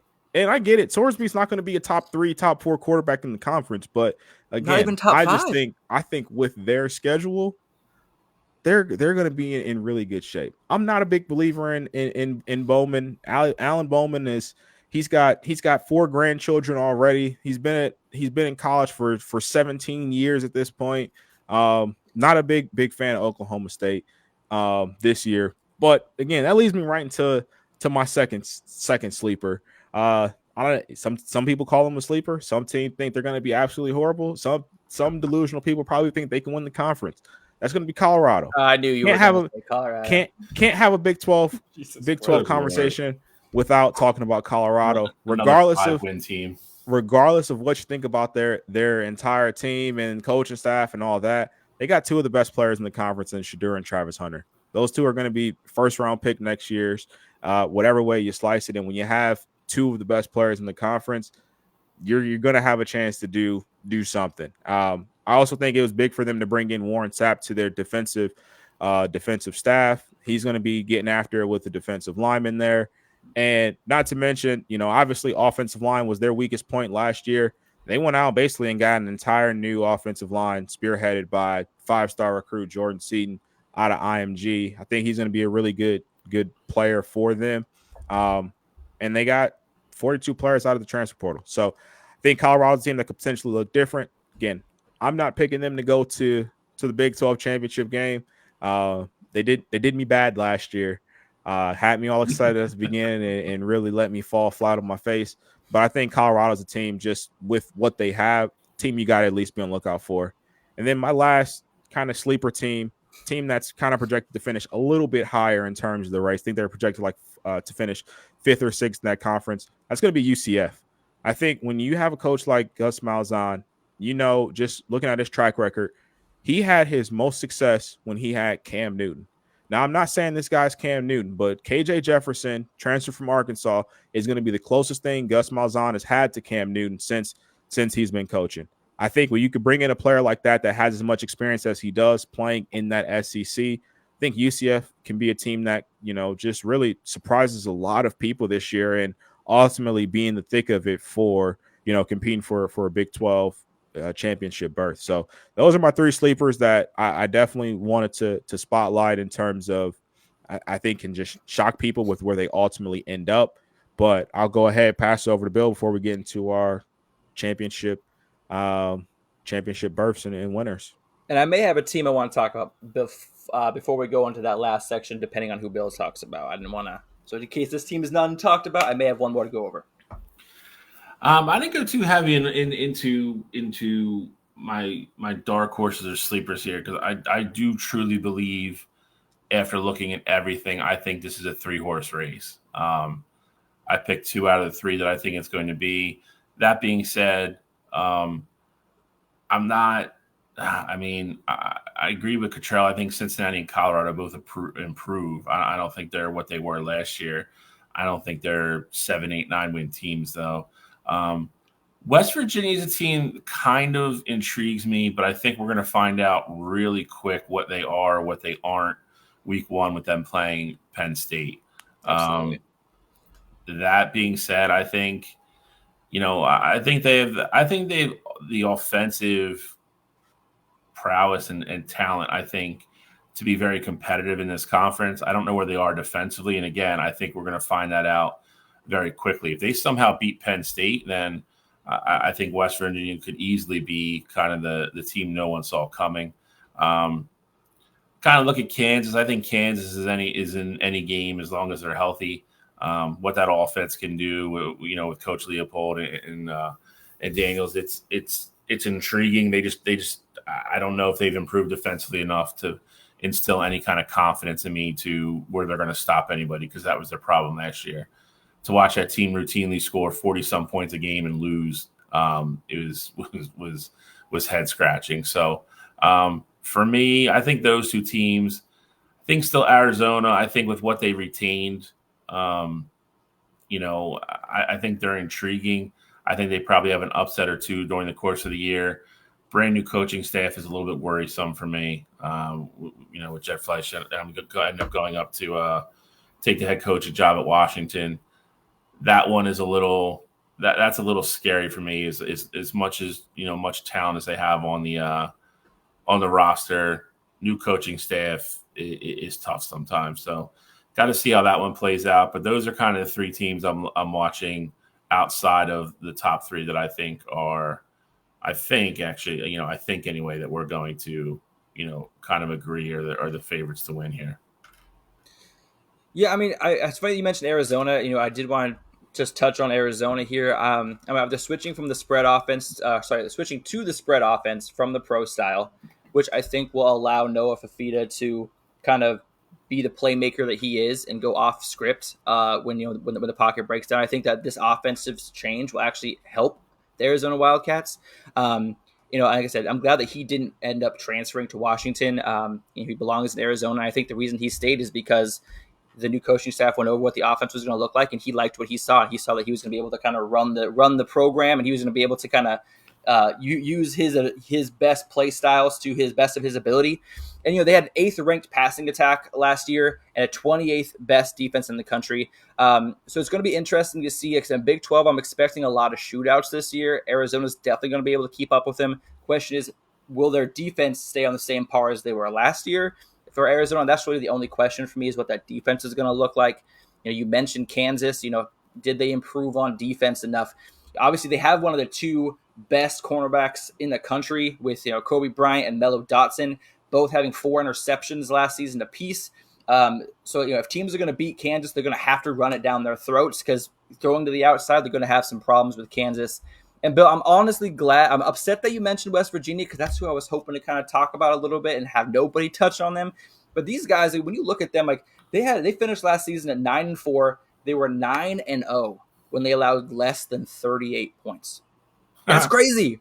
38 points, right? And they're 0-4 when allowing more than 38 points. So really, you just got to have one extra stop a game. But they got offense for days. I mean, they got Jaheim White, 842 rushing yards, 7.7 average. He had 5 catches last year for 125 yards and 2 touchdowns. They need to get him into the passing game a little bit more. Then you also got C.J. Donaldson, who's also a 4.7 yards per carry guy, splitting carries in the backfield. I'm really high on Garrett Green this year. not very great on passing completion percentage at 53% last season, but 16 touchdowns, 4 interceptions. He's not turning the ball over, and he had 772 rushing yards. Expect that number to go up this year. Ran for over 100 yards 3 times. And you mentioned West Virginia's defense. You weren't sure what they were going to look like. Last year, they led the Big 12 in sacks. So when Cottrell says, oh, look out for these teams, look out for Cincinnati to be a 9-win team, I'm looking for West Virginia to repeat that 9-win performance from last year and possibly get to 10 wins. And they are, if I were to give you a dark horse, well, not dark horse, because that, they had a 9-win team last season. I like West Virginia a lot as well. Bill, you touched on them, so I just want to dive in a little deeper to them. But I think we kind of talked about everybody who's a real threat in this conference. I mean, yeah, but you give out this stat about West Virginia, being 9-0 and they don't let up 38 points. Well, yeah, I mean, shit, a lot of teams are going to win a lot of games when they don't let up 38 points. I mean, 38 points is a dramatically high number. It's a lot. Like, I mean, I would hope that you win a game if you don't give up 38. And if you give up more than 38, then yeah, you're damn skippy. You should have lost the game. But I'm just saying, like, not wrong. Kansas would take that stat though in a heartbeat. For the stat to be 38 points, though, like they could have said 24, they could have said 20. Like that means their offense is putting up such high amount of points every game. Yeah, but if you give up more than 38, you should lose. Like that's just how football works. I will say this, not to foreshadow, but they are minus 10.5 point dogs right now at home in that Penn State game. I'm taking that. It's gonna be really hard not to take that week 1 when we start pick 'em. Just saying, if it stays there, I don't think it's going to. Take that if you want to, but I'm already talking, so let me go ahead and get into my Big 12 championship game here. So I ultimately look at this, I broke it down a few different ways here. And for me, you guys are probably going to be talking about them. Kansas State to me was the odd team on the outside looking in. Number one, I love consistency. I love when you bring back your cohesion, things like that. So first year in the Big 12, I like Utah to be one of the teams that represents this Big 12 in the conference championship game. This is a team that ultimately brings back 72% of their total production on offense and defense. This is a team that has Kyle Whittingham, who has been to 5 conference championship games in his career so far. I get it was in a different conference, but Kyle Whittingham, he has a nose for winning football games. And I think with him getting Cam Rising back, you talk about bringing back 72% of your production from last year. That doesn't include Cam Rising because he didn't play last year. So you get to throw Cam Rising in with a bunch of guys who got to be out on the field last year. And, just given the circumstances, Utah had a pretty successful year not having a true starting quarterback all season. So I think Utah is going to be the team that brings the defense to this conference, and they're going to be one of the ones to ultimately represent in the end.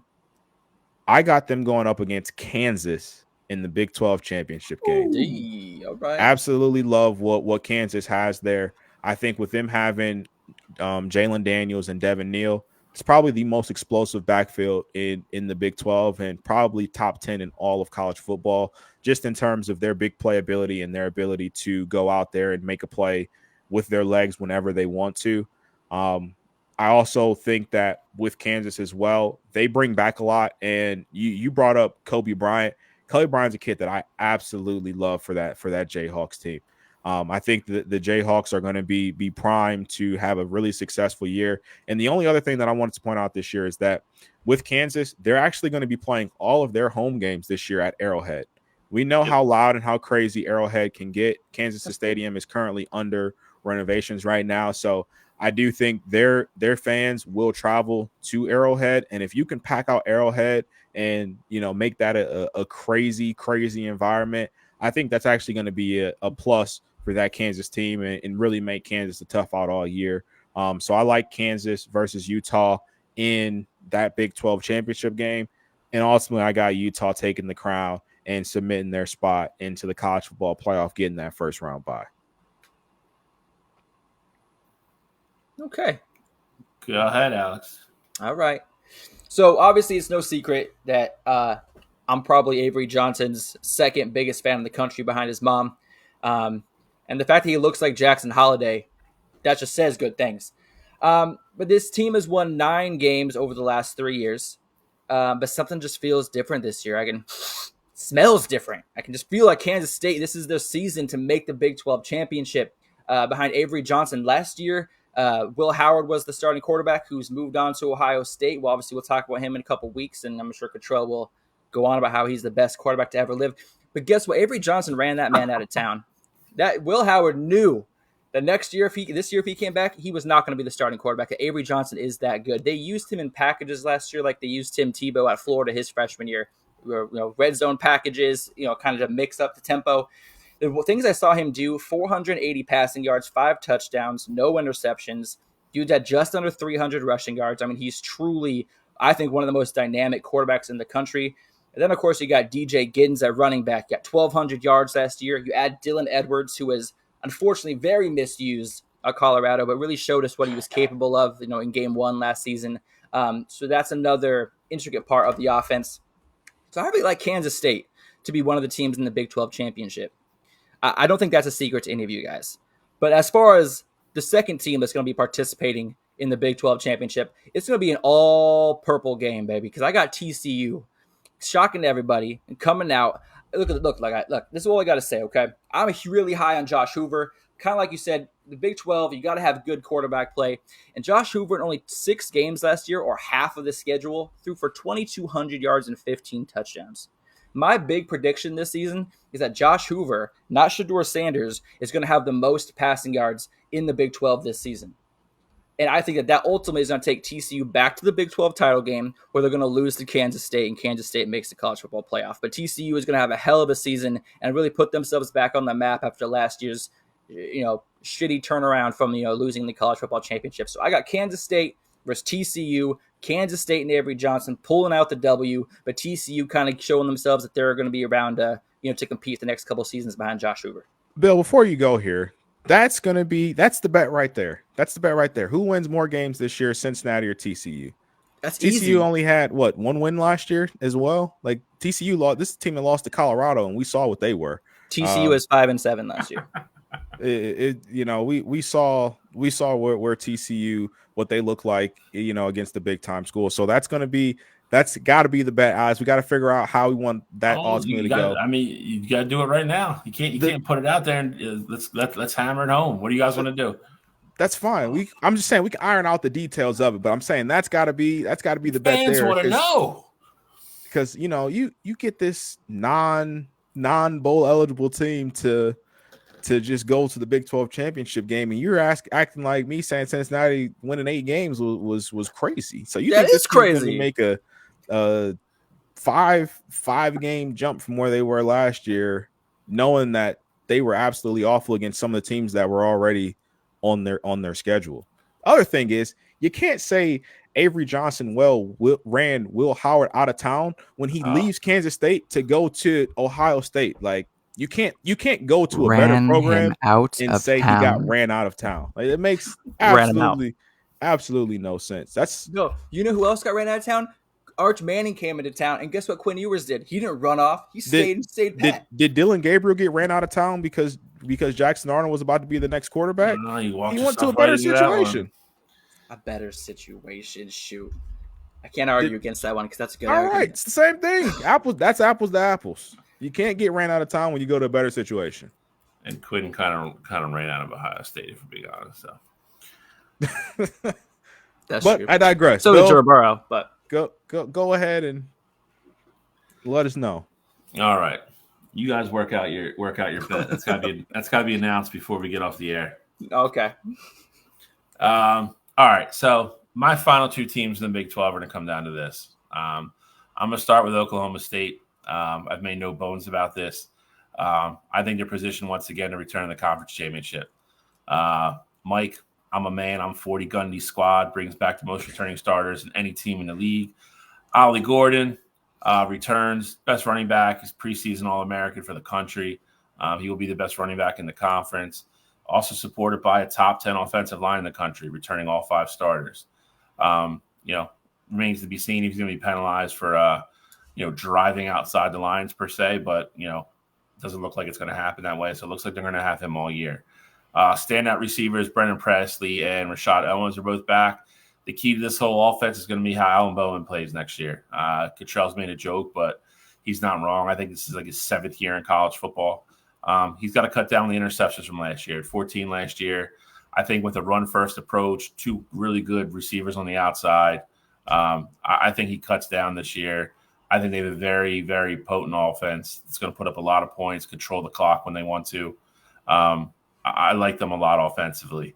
Gundy also brings back a ton of experience on the defensive side of the ball. Do have a new defensive coordinator in Brian Nardo, so got to see how he fits in and gets a feel for the defense right away. But it's coming back to a defense that allowed 28 points a game last year. For a Big 12, that's not terrible when all things considered. We heard the conversation earlier about West Virginia. But their biggest thing, they got to learn to generate a consistent pass rush. Linebackers on this team and secondary is the strength of the team. They got to figure out their front four. Linebackers are led by obviously Colin Oliver and Nick Martin. Safeties, Kendall Daniels, the rising star. I think Oklahoma State is maybe the most solid, complete all-around team in the Big 12. It's one of the reasons I have them in the Big 12 championship game. I think they bring back too much. They have a lot of senior leadership. And I think they have the players in the skill positions to make the difference. And, I know he gets clowned on a lot, but Mike Gundy is a guy that, pretty much routinely wins 10 games every year. He's had a bunch of really good teams that just kind of haven't got over the hump. So we'll see if this year is any different. The team I have them playing in the Big 12 championship is none other than the Utah Utes. Getting Cam Rising and tight end Brent Kuth back this year from injuries in 2024. They're going to have one of the most improved offenses in college. Cam Rising threw for over 3,000 yards, 26 touchdowns. Team averaged 38.6 points a game in 2022 before he got hurt. This team is going to rebound big time. We've already talked about how good of a coach Kyle Whittingham is. They're getting USC transfer Darian Singer, gives Cam Rising a legit weapon on the outside. And again, Kyle Whittingham's teams are always built on, in the trenches. He will have another great offensive line like he always does. Reading up a little bit on what's been going on through camp, they really like Spencer Fano, left tackle, senior Micah Bernard, and junior Jalen Green headline. The options in the running back room, which is always deep. Again, another staple of Kyle Whittingham's teams. Defensively, I think they're going to be good as they always are. I don't think anything's going to change in 2024. They bring back 8 starters off a unit that limited teams to 19 points a game last year. Linebacker Crean Reed is the captain, headlines the defense. Secondary is super deep. And they've brought in a bunch of transfers this year as well. And Keenan Johnson from Georgia Tech, Alakai Gilman from Stanford, and then Cameron Calhoun from Michigan, who I'm actually somewhat familiar with. The kid can play a little bit. So as always, I expect Utah's defense to be top notch like they always are. I think it's going to look just like a prototypical Kyle Whittingham team like they always do. I think they're going to run. Cam Rising is going to make some plays. They're going to rely on their defense. They're going to control the ball offensively. I like Utah a lot. So I got Utah, Oklahoma State in the championship game, and I ultimately have Utah winning the Big 12 championship this year. Sweet. And what I'm going to do too is after the show, I'll put together a list so then that way we can just kind of go back to it and see who our like sleepers were in the conference, and then also have like who we had beaten each other in the conference championship game. So I'll put that together. We'll have it all ready before we can go over it again week 1, like recap it all, and then that way into the season we can go back and be like, hey, we were spot on with them, or man, we thought Oklahoma State, or we thought Kansas were going to be these great teams this year. We thought Cincinnati was going to be this great team. They go 2-10. TCU fires their coach week 7, and they finished with 3 wins. Like, we can go back and look at the craziness at the end of the season for the wrap up. So just wanted to put that on record. We'll definitely go back and do that there. But now want to go over to just real quick talking about highlighting our favorites for potential Heisman Award winners out this conference. Let's do it. Let's do it.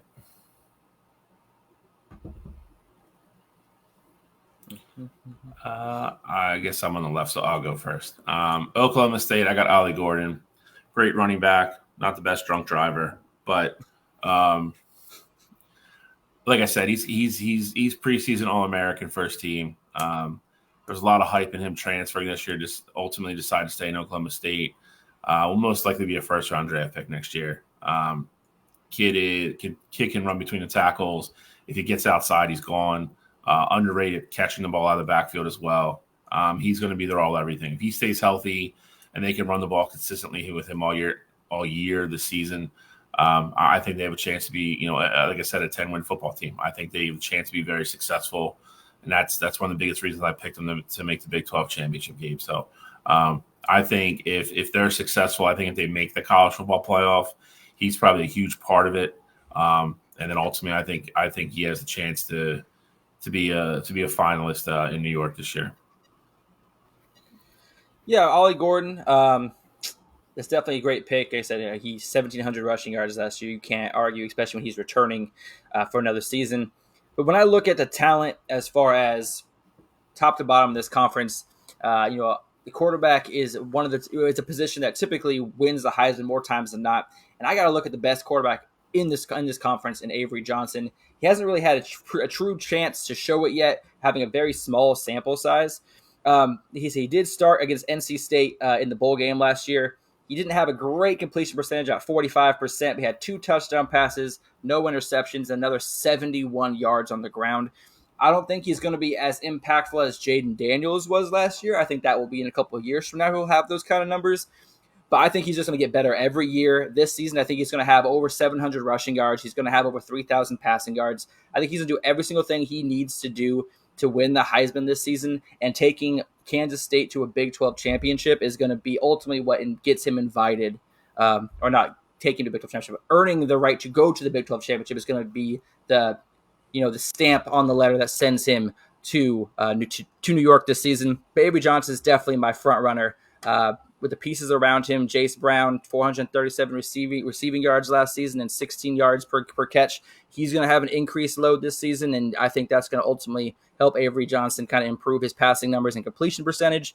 And he's not going to turn the ball over as he showed last year. So I think he's going to have under 5 interceptions this year for sure, probably over 20 passing touchdowns, over 10 rushing touchdowns. I mean, this dude can do it all. So I'm excited to see what he can do, and hopefully I'm not shooting at a dud here. All right, so let's go ahead and get into my player to watch here. None other than Travis Hunter of the Colorado Buffaloes. Got to throw the prime glasses on here.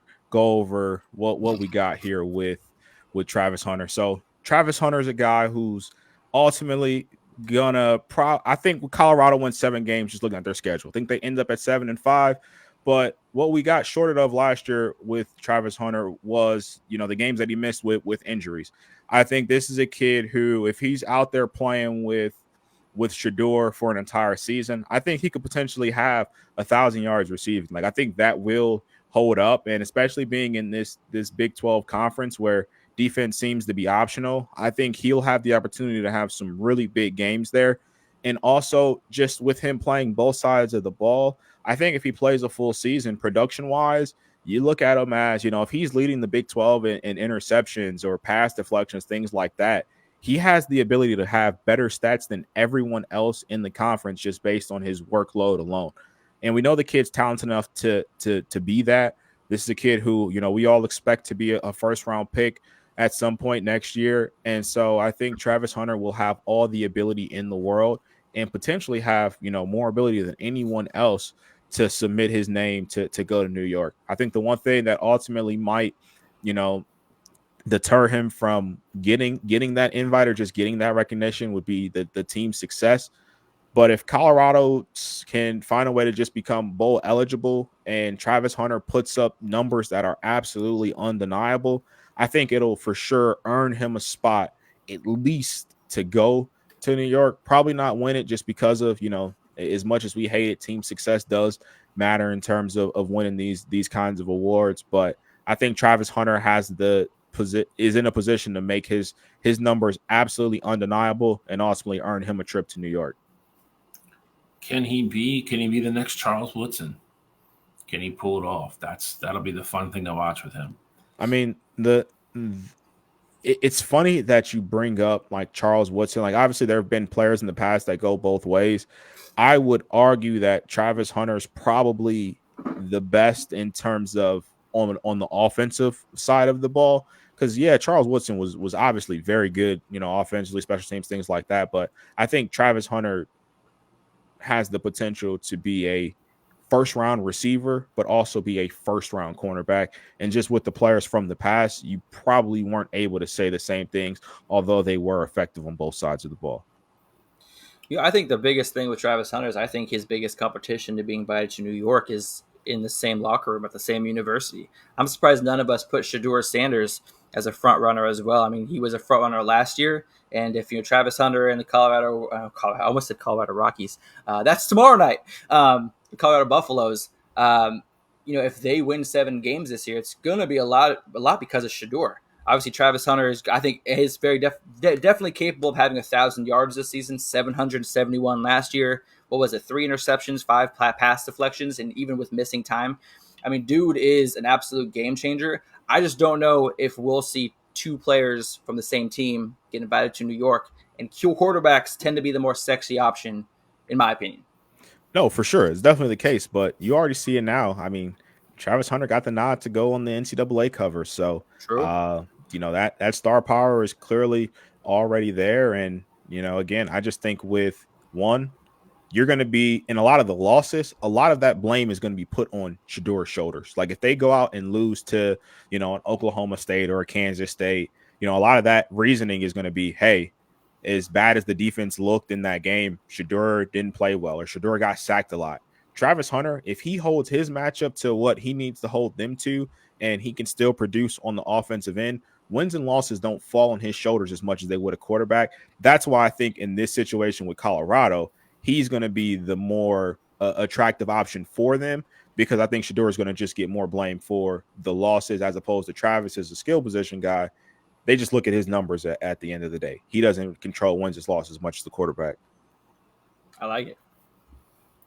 All right, so let's that is Heisman watch. Let's get to Eliminator here. We can wrap up episode 1.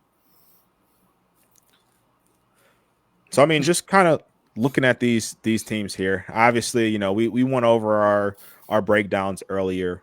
Just kind of our thinking going into it here was that we wanted to have a consensus where all 3 of us agree that these are teams that can make the college football playoff. And so we were going through, we were talking about it. There were other teams that we mentioned, West Virginia being one of them, Oklahoma State being another. I think I mentioned Arizona. Ultimately, what we decided was if we all 3 agree, we're going to get them added to this board here. So ultimately for us, we went with Utah and Kansas State. And moving forward as well, there won't be a numbers restriction either for us. We're not just going to pick 2 or just pick 3 per conference. We're going to go with whoever we think ultimately deserves to be on here, at least start the season. Of course, this is going to be a revolving door. Things are going to change week to week, but just starting out, I just kind of wanted to, give that precursor of ultimately why we're here. I'll start with Utah just because, I was one of them. I know Bill picked them as well, but I was one of them pick them to be the Big 12 champion. So I think with Utah, if you're in contention to ultimately win that Big 12 and you have that prestige of winning conference titles in the past and things like that, consistently being ranked, and you bring back a guy like Cam Rising to pair with a coach like Kyle Whittingham, who I think's probably one of the top 10 coaches in all of college football, I think that deserves you the right to be on the contenders list, at least to start the season, especially given the fact that the college football playoff has moved to 12 teams and you get an automatic berth for being a conference champion. So ultimately, why for me, Utah being on this list was a no-brainer. Utah is it's a weird situation because I think if they make it as a conference champion. If they don't win the conference, I don't know if they get in. But Utah is another one of those teams that if they don't win, if they're not a top 4 team, but they're one of the next 4 seeds, nobody wants to travel to Utah in December to play them in that stadium in that weather. That is not like I can't imagine if like Florida State had to travel to Utah in the second week of December to play them on the side of a mountain. That is not ideal for anybody. That would be a huge advantage. But like I said, I think the odds of that are probably slim and none. But I advocated for Oklahoma State because I think they're in the same boat as Kansas State, but we ended up not putting them on. But I think these are, two of the three most likely teams. Like I said, I think it's a 3-horse race. I picked Utah and Oklahoma State, and obviously Kansas State was the third team. So I think one of those three teams most likely wins the Big 12. So I'm fine with where we are here. Next week, I don't think it'll be a big number next week either. And then we get to the SEC and the Big 10, and then it probably gets fun. Yeah, I mean, Utah definitely, like I said, they went last season, Utah, they missed 157 games from starters and backups from injury. And they still were able to finish last season at 8-5. So this team, with an experienced coach and Cam Rising coming back, I mean, the sky is the limit. I definitely see them increasing their wins from last season. So like I said, anytime you miss 157 games from your starters and backups, like that's going to impact your team. And the fact they were still able to rack out 8 wins, this is definitely the right spot for them, and they definitely deserve to be on the contenders list. And then Kansas State, I won't take too much time on because I've kind of been on them all season, but like I said, they're averaging 9 wins a season over the last three seasons. So if they kind of continue with that trend, 9 wins, I think, could be enough to get into the Big 12 Conference Championship game, which ultimately gives you that chance at the college football playoff. So these two teams I'm definitely happy to have on here. I think, Bill, I do agree with you. Oklahoma State could be added on here. I think the same could be said for Arizona. And I think both those teams will be on this list, but I think I need to see them play a game before I make that decision. Yeah, and I'm with you on that. I think Arizona is the one team for me that was probably the toughest to leave off just because of what they return. If Jed Fish was still there, I would feel even more strongly about it. But definitely, every time you bring in a new coach and, Brent Brennan is coming in from San Jose State team. Now, Alex was really high on last year, and, we saw the success they had. But anytime you bring in that new coach, there's always going to be a little bit of uncertainty there. You just don't know how players are going to ultimately adapt to the play style change. And while I agree with Alex, he mentioned it earlier, I do think that change actually benefits that Arizona offense. You still kind of have to wait and see what that product looks like on the field. So I understand us not ultimately going with Arizona. Ultimately, it's kind of funny that all three of us had a different team representing like in the conference championship game, and none of those three teams are on here. Like Alex, you had TCU, Bill had Oklahoma State, and then I ultimately went with Kansas, and all of these teams are pretty talented here. But really just what it comes down to is that when it comes to Eliminator, you got to be legit title contenders. And while I don't think any of us think that Utah or Kansas State are going to go and, compete for a natty, I think this is just the most realistic teams that are going to ultimately represent the Big 12 and having the ability to pursue that. So I'm good with where we're at right now. Looking forward to next week adding probably 2 more, maybe 3 more teams, and then really getting into the meat and potatoes of it with going through the SEC and the Big 10. Yeah, and one last thing about Utah real quick is this is probably Utah's best chance to get to the college football playoff because Cam Rising is not going to get another year of eligibility. And we've seen what the product behind him looks like. Even though they were still able to get 8 wins last year, it was not a strong quarterback room. So this is Utah's best chance. So they need to go all in this year for sure. Don't disagree with that. I mean, this is not that it's going to be a rebuild, but with Cam finally, leaving after this year and a lot of those linemen as well, they will take a little bit of a step back next year. But I think this is kind of the reason, Kyle Whittingham's name comes up every year when big name programs become open. He's been very loyal to Utah. So I don't know if he makes it this year and makes the playoff with Cam Rising, then maybe finally walks away with that whole class finally leaving, or if he stays. But it is it's going to be very interesting to watch. I think the Big 12 is wide open.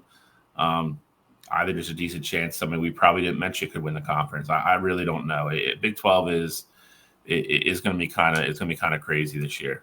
It's a shit show. Yeah, and I think, it's 2 things I just wanted to piggyback off of. I think with you saying anybody can win the conference, I 100% agree. I would be very surprised if the conference champion had less than 3 losses. I'd be genuinely shocked if that didn't happen. I think these teams are going to beat the hell out of each other every single week. You're going to see upsets within this conference just because, I mean, teams are going to be worn out from just grinding out certain games the week before and just, how things fall within the schedule, certain teams coming off of a bye. Like, I could see a team like UCF beating Utah on a random week just because of, how the schedule fell. But then you go see Utah dominate the best teams in the conferences and things like that. So definitely think that portion of it will be interesting. The other part I want to touch on was just real quick was what Bill just mentioned. Kyle Whittingham is, again, I said it before on this show and I'll say it again. I think he's a top 10 coach in all of college football. If the right opportunity presents itself at the end of this season, him knowing that a lot of his production is going to be leaving, Cam Rising will no longer be there. I think this will be his opportunity to jump ship, go to a big time program, and really put himself in a position to build a powerhouse. We know the guy has an eye for recruiting talent. He's never brought in like crazy five-star classes or five-star recruits, but if he can get the backing of a big time program and start bringing in that kind of talent, we saw him get top 10 seeds and win Pac-12 championships without it. You give that guy that kind of talent, I mean, I think the sky can be the limit for him. So it'd be really interesting to see ultimately where Utah ends up this year, but ultimately interesting to see what Kyle Whittingham can really parlay this Utah job into becoming. I agree. I think he's been extremely loyal, and again, I mean, Kyle Whittingham, like I'm trying to think of like a big name program, like Florida, like somewhere like that, like Miami. Miami. Yes, I still think Miami. Well, again, if Miami falls on their face this year, then maybe. But I Lincoln think Riley doesn't turn it around. USC. I don't. He's not a USC not this year. guy, though. Not even that though. I think he could be, but I just don't think Lincoln is. His seat's not hot enough yet. No, I'm just jobs I think could potentially be open. After a year in the Big Ten, though, if their defense doesn't improve, but he can recruit though. He can recruit his ass off. So if they're bringing in 5-star kids, like that's going to be a saving grace. No one's expecting them to go into the Big Ten and win this year. So I think he kind of gets a year of reprieve.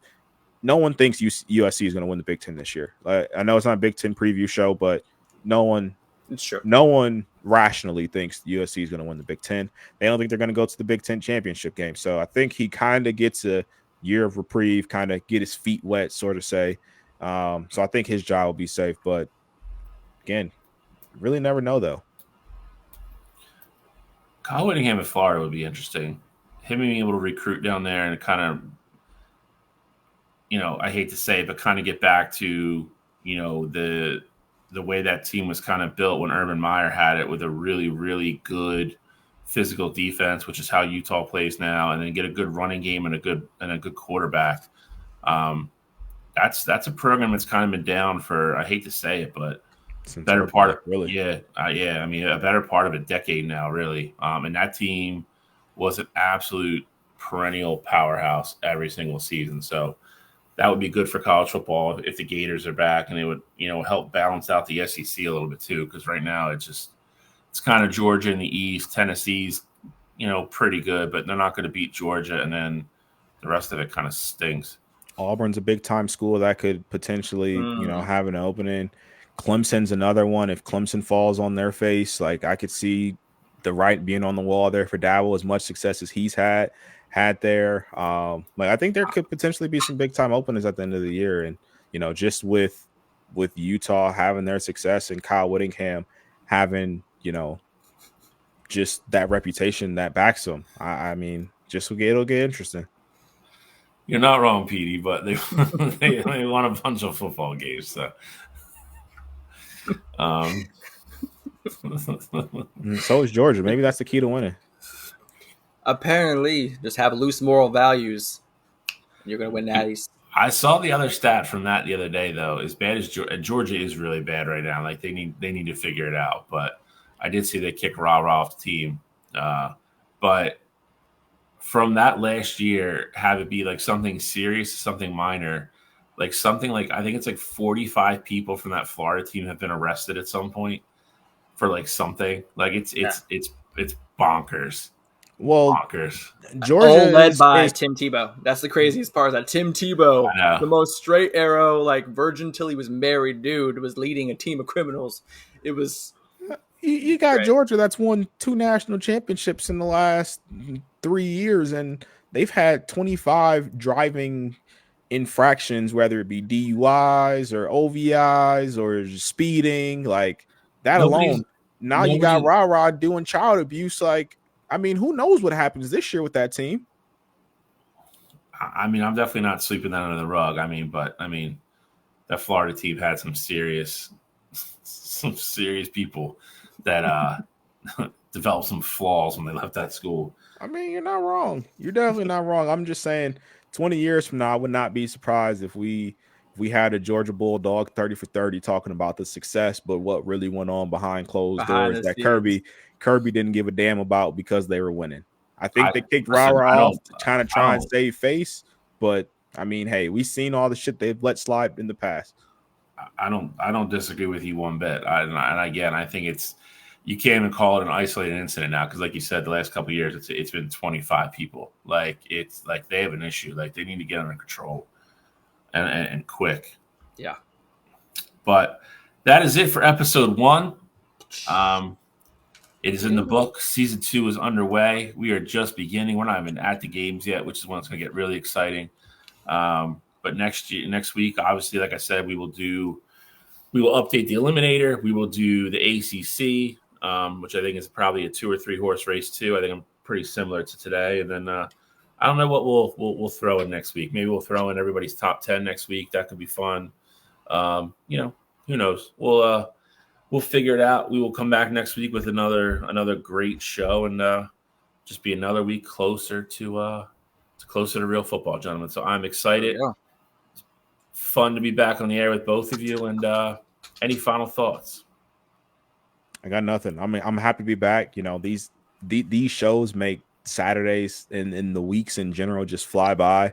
Like before you know it, it's going to be December and we're going to be talking about college football playoff and our teams, opponents and stuff like that. So love the show. Love that we're back for season 2, and I'm ready for the new stuff as well. Obviously, we had a lot of fun with Eliminator and the segments that we had, but this is a group that's always thinking about new stuff to add. So I'm looking forward to what the future holds for us.